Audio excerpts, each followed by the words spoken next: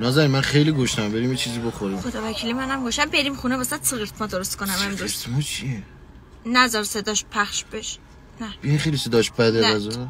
نه بابا اسم غذا ترکی اسم نداره چی بگم. خب سیگارت بریم باقرساق کباب کنیم. یعنی باقر ساخته؟ اتش باقر ساخته؟ یا امام روده گاو و گوسفند نخوردی؟ باقرساق نخوردی تو؟ چی خوردی بنده خدا؟